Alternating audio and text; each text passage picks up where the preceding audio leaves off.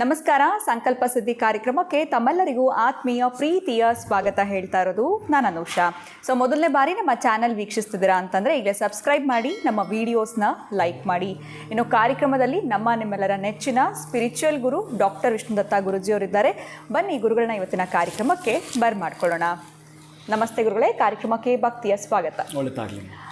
ಪ್ರತಿನಿತ್ಯ ನವರಾತ್ರಿಯ ವಿಶೇಷತೆಗಳು, ಯಾವ ದಿನ ಯಾವ್ಯಾವ ದೇವಿಯ ಆರಾಧನೆ, ಹೇಗೆ ನಾವು ನೈವೇದ್ಯವನ್ನು ಮಾಡಬೇಕು, ಮಾಡೋದ್ರಿಂದ ಸಿಗುವಂಥ ಫಲಗಳ ಬಗ್ಗೆ ತಿಳಿಸಿದ್ರಿ. ಇನ್ನು ಇವತ್ತು 9ನೇ ದಿನ, ಆಯುಧ ಪೂಜೆ, ವಾಹನಗಳ ಪೂಜೆ ಮಾಡುವಂಥದ್ದು, ಮನೆಯಲ್ಲಿರುವಂಥ ವಸ್ತುಗಳನ್ನ ಪೂಜೆ ಮಾಡುವಂಥದ್ದು ಸರ್ವೇ ಸಾಮಾನ್ಯ. ಅದಷ್ಟೇ ಅಲ್ಲದೆ ಈ ದಿನ ನಾವು ಯಾವ ದೇವಿಯ ಆರಾಧನೆಯನ್ನು ಮಾಡಬೇಕಾಗತ್ತೆ, ನೈವೇದ್ಯಕ್ಕೆ ಏನು ಮಾಡಬೇಕಾಗತ್ತೆ, ಈ ದಿನವೇ ಆಯುಧ ಪೂಜೆ ಮಾಡುವಂಥದ್ದ ಅಥವಾ ನಾಳೆ ಕೂಡ ಮಾಡುವುದಕ್ಕೆ ಅವಕಾಶ ಇರುತ್ತಾ, ಇದ್ರ ಬಗ್ಗೆ ಏನು ಹೇಳ್ತೀರಾ ಗುರುಗಳು? ಓಂ ವಿಶ್ವಸ್ಮೈ ನಮಃ. ಪ್ರೀತಿಯ ಬಂಧುಗಳೇ, ಈ ದಿನ ಸಿದ್ಧಿದಾತ್ರೆ. ಏನು ನಮಗೆ ಸಿದ್ಧಿ ಯಾವುದಾಗಬೇಕು? ವಿದ್ಯೆಯಲ್ಲೋ, ಬುದ್ಧಿಯಲ್ಲೋ, ವ್ಯವಹಾರದಲ್ಲೋ, ವ್ಯಾಪಾರದಲ್ಲೋ, ನೀವು ಇರುವ ಯಾವುದಾದ್ರೂ ವ್ಯವಹಾರ ಸ್ಥಳ, ವ್ಯಾಪಾರ ಸ್ಥಳ, ಎಂತಹದ್ದು ರಾಜಕೀಯ ಸ್ಥಳ, ಸಾಮಾಜಿಕ ಸ್ಥಳ ಯಾವುದಿರುತ್ತೋ ಅದರಲ್ಲಿ ಅಭಿವೃದ್ಧಿಯನ್ನು ಪಡೆಯಬೇಕಾದರೆ ಈ ಅಣಿಮ, ಮಹಿಮ, ಲಗೆಮ, ಪ್ರಾಕಮ್ಯ, ಈಶಿತ್ವ, ವಶಿತ್ವ ಏನು ಇದೆಯೋ ಅದು ನಮಗೆ ಹೊಲಿಯಬೇಕಾದರೆ ಈ ಸಿದ್ಧಿದಾತ್ರೆ ಆರಾಧಿಸಬೇಕು. ಅಂತಹ ಸಿದ್ಧಿದಾತ್ರೆಗೆ ವಿಶೇಷತೆ ಏನಾದರೂ ಒಂದು ಅಡಗಿದ್ದು ನಾವು ಅದರಿಂದ ಪಡೆದುಕೊಂಡು ಪ್ರಬಲವಾಗಿರ್ತಕ್ಕಂಥ ದಿಶಕ್ತಿಯನ್ನಾಗಿ ಮಾರ್ಪಾಟು ಮಾಡಿಕೊಳ್ಳೋದಕ್ಕೆ ಪ್ರತಿದಿನ ಒಂದು ಅನುಷ್ಠಾನವನ್ನು ಇಟ್ಟುಕೊಂಡು, ಈಗ ನೀವೆಲ್ಲ ಏನೇನು ಮಾಡಿಕೊಂಡು ಬಂದರೆ 9 ದಿನಗಳಿಂದ ಏನು ಮಾಡಿಕೊಂಡು ಬಂದಿದ್ದೀರೋ ಹಾಗೆಯೇ ಆಯುಧ ಪೂಜೆ ಕೂಡ ನೆನ್ನೆಯೂ ಸಹ ಕೆಲವರು ಮಾಡಿರ್ತಾರೆ, ಇವತ್ತು ಮಾಡುತ್ತಾರೆ. ಅಂದರೆ ಆಯುಧ ಪೂಜೆ ಅಂತಂದರೆ ಮನೆಯಲ್ಲಿರ್ತಕ್ಕಂತಹ ವಸ್ತುಗಳು ಯಾವುದು ನಮಗೆ ಉಪಯೋಗ ಬರ್ತವೆ.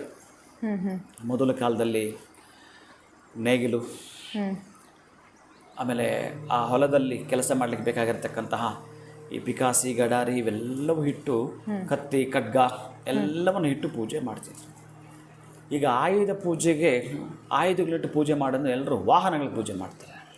ಗಾಡಿಗಳು, ಕಾರು ಎಲ್ಲದಕ್ಕೂ ಅದು ಮಾಡ್ತಾರೆ. ಇದು ಮರ್ತೋಗಿರ್ತಾರೆ. ಅದು ಮಾಡಲಿಕ್ಕೆ ತಪ್ಪಿಲ್ಲ, ಆದರೆ ಇದು ಮೂಲ, ಇದು ಮುಖ್ಯ. ಹಾಗಾಗಿ ಮನೇಲಿರ್ತಕ್ಕಂಥ ಎಲ್ಲ ವಸ್ತುಗಳಿಗೆ ಕೃತಜ್ಞತೆ ಹೇಳುವಂಥದ್ದು ಈ ದಿವಸ. ಹೇಗೆ ಪಾಂಡವರು ಅವರು ಅಜ್ಞಾತವಾಸದಲ್ಲಿದ್ದಾಗ ಎಲ್ಲ ಬಚ್ಚಿಟ್ಟಿದ್ರಲ್ಲ, ಅವರಿಗೆ ಸಂಬಂಧಪಟ್ಟ ಬಿಲ್ಲು, ಬಾಣ, ಬತ್ತಳಿಕೆಗಳಿದ್ವಲ್ಲ, ಅವುಗಳನ್ನು ತೆಗೆದದ್ದು, ವಿಜಯಕ್ಕಾಗಿ ಬಾಣವನ್ನು ಹೂಡಿದ್ದು ದಿನವಾದ್ದರಿಂದ ಅಂತಹ ಆಯುಧಗಳಿಗೆ ಮೊದಲು ಪೂಜೆಯನ್ನು ಮಾಡ್ತಕ್ಕಂತಹದ್ದು ಅದು ಹಾಗಿತ್ತು. ಅಂತಹದ್ದಕ್ಕಾಗಿ ಇನ್ನು ನಾವು ಭಾಳ ಪ್ರಮುಖವಾಗಿರ್ತಕ್ಕಂಥದ್ದು ಒಂದು ಕೃತಜ್ಞತೆ ಸಲ್ಲಿಸೋದಾದರೆ, ನಾವು ದೇವರಿಗೆ ಅಭಿಷೇಕ ಮಾಡ್ತೀವಿ, ಏನು ನೀರನ್ನು ಹಾಕ್ತೀವಿ, ಅದೆಲ್ಲೋ ದೇವರು ನಮಗೆ ಏನೋ ಕೊಟ್ಟುಬಿಡಬೇಕು ಅಂತ ಮಾಡೋದಲ್ಲ. ನಾನು ಸ್ನಾನ ಮಾಡಿಕೊಳ್ಳಲಿಕ್ಕೆ ಯೋಗ್ಯವಾಗಿರ್ತಕ್ಕಂಥ ನೀರನ್ನು ನನಗೆ ಕೊಟ್ಟಿದ್ದೀಯಾ, ಆ ಕೃತಜ್ಞತೆಯಿಂದ ನಾನು ನಿನಗೆ ನೀರನ್ನು ಹಾಕಿ ಸ್ನಾನವನ್ನು ಮಾಡಿಸ್ತಿದ್ದೇನೆ. ನನಗೆ ತಿನ್ನಲಿಕ್ಕೆ ಷಡ್ರಸೋಪೇತವಾಗಿರ್ತಕ್ಕಂಥ ಪಂಚಪರಮಾನ್ನ ಭಕ್ಷ್ಯಗಳನ್ನು ಕೊಟ್ಟಿದ್ದೀಯಾ, ಅದಕ್ಕೆ ಪಂಚಾಮೃತದಿಂದ ಅಭಿಷೇಕವನ್ನು ನಿನಗೆ ಮಾಡುತ್ತಿದ್ದೇನೆ ಅಂತಕ್ಕಂಥ ಕೃತಜ್ಞತೆ ಸಲ್ಲಿಸೋದು. ಯಾರಾದರೂ ಒಳ್ಳೇದು ಮಾಡಿದ್ರೆ ಥ್ಯಾಂಕ್ಸ್ ಹೇಳಲ್ವಾ? ಹೌದು. ಹಾಗೆ ನಾವು ಭಗವಂತನಿಗೆ ಒಂದು ಥ್ಯಾಂಕ್ಸ್ ಹೇಳೋದು. ಇನ್ನೆಲ್ಲವೂ ಕೂಡ, ಯಾಕಂದರೆ ಕೆರೆಯ ನೀರನ್ನು ಕೆರೆಗೆ ಚೆಲ್ಲಿ ಎಲ್ಲವೂ ಬ್ರಹ್ಮಾಂಡವೇ ಅವಳದ್ದಾದ್ದರಿಂದ ನಮ್ಮದು ಅಂತೂ ಏನಿದೆ ಇಲ್ಲಿ, ಏನೂ ಇರಲಿಕ್ಕೆ ಸಾಧ್ಯವಿಲ್ಲ. ಅದಕ್ಕಾಗಿ ನಮ್ಮ ಬಳಿ ಇರ್ತಕ್ಕಂಥದ್ದು ಕೂಡ ಆಯುಧಗಳು ಆಕೆವೆ. ಹಾಗಾಗಿ ಅದಕ್ಕೆ ಒಂದು ನೀವು ಪೂಜೆಯನ್ನು, ಆಯುಧ ಪೂಜೆಯನ್ನು ಮಾಡುವಂಥದ್ದು. ಬೆಳಗ್ಗೆ, ಮಧ್ಯಾಹ್ನ, ಸಾಯಂಕಾಲ 3 ಕಾಲಗಳಲ್ಲೂ ಕೂಡ ನೀವು ಆ ಪೂಜೆಯನ್ನು ಮಾಡಿಕೊಳ್ಳುತ್ತಾ, ಇನ್ನು ವಿಶೇಷವಾಗಿ ಸಿದ್ಧಿದಾತ್ರಿ ದೇವಿಯನ್ನು ನೋಡುತ್ತಾ ಆ ಒಂದು ಶ್ಲೋಕವನ್ನು ನೀವು ಹೇಳಿಕೊಳ್ಳೋದು, ಪದೇ ಹೇಳಿಕೊಳ್ಳೋದು. ಮಕ್ಕಳಲ್ಲಿ ಕೂಡ ಹೇಳಲೇಬೇಕು. ಯಾಕಂದರೆ ಅಣಿಮ, ಮಹಿಮ, ಲಘಿಮ ಅಂತ ಏನು ಬರುತ್ತೋ ಇದು ಅಷ್ಟಸಿದ್ಧಿಗಳು, ಅಷ್ಟು ಈಸಿ ಇಲ್ಲ ಇದು. ಹನುಮಂತನ ಬಳಿ ಇವೆಲ್ಲ ಬಹಳ ವಿಶೇಷವಾಗಿ ಸಿದ್ಧಿಯಾಗಿರ್ತಕ್ಕಂಥ ಅಂತಹದ್ದಕ್ಕಾಗಿ ಹನುಮ ಬೃಹದಾಕಾರವಾಗಿ ಬೆಳೆಯಬಲ್ಲ, ಹಾಗೇನೆ ಲಘಿಮ ಚಿಕ್ಕದಾಗ ಕೂಡ ಆತ ಆಗಬಲ್ಲ.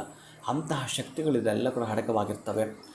ಸ್ತಂಭನಾದಿಗಳನ್ನು ಮಾಡಬೇಕಾದ್ರೆ ಈ ಸಿದ್ಧಿ ಆಗಿರ್ತಕ್ಕಂಥದ್ದಿರುತ್ತೆ. ಅದಕ್ಕಾಗಿ ನಮಗೆ ಏನು ಬೇಕೋ ವಿದ್ಯಾಬುದ್ಧಿಯ ಸಿದ್ಧಿಯೋ, ಅದಕ್ಕಾಗಿ ಅಂತಹ ಸಿದ್ಧಿದಾತ್ರ ದೇವಿಯನ್ನು ಶ್ಲೋಕವನ್ನು ಕೇಳೋ ಮುಖಾಂತರ, ನೀವು ಹೇಳೋ ಮುಖಾಂತರ ಆ ದೇವಿನ ನಾವೆಲ್ಲರೂ ಕೂಡ ಇದೀಗ ನೋಡೋಣ. ಓಂ ಸಿದ್ಧಗಂಧರ್ವ ಯಕ್ಷಾದ್ಯೈ ಅಸುರೈರಮರೈರಪಿ ಸೇವ್ಯಮಾನಾ ಸದಾ ಭೂಯಾತ್ ಸಿದ್ಧಿದಾಯಿನಿ. ಅಣಿಮಾ ಲಘಿಮಾ ಪ್ರಾಪ್ತಿ ಪ್ರಾಕಮ್ಯ ಮಹಿಮಾ ತಥಾ ಏಷಿತ್ವಾ ವಶಿತ್ವಾ ಚ ಸರ್ವಕಾಮಾವಾಸಯಿತ ಸರ್ವಜ್ಞತ್ವದೂರಶ್ರವಣ ಪರಕಾಯ ಪ್ರವೇಶನಾಂ ವಾಕ್ಸಿದ್ಧಿ ಕಲ್ಪವೃಕ್ಷತ್ವ ಸೃಢ ಸಂಹಾರ ಕಾರಣ ಸಾಮರ್ಥ್ಯ ಅಮರತ್ವ ಸರ್ವನ್ಯಾಯಕತ್ವ ಭಾವನಾ ಸಿದ್ಧಿ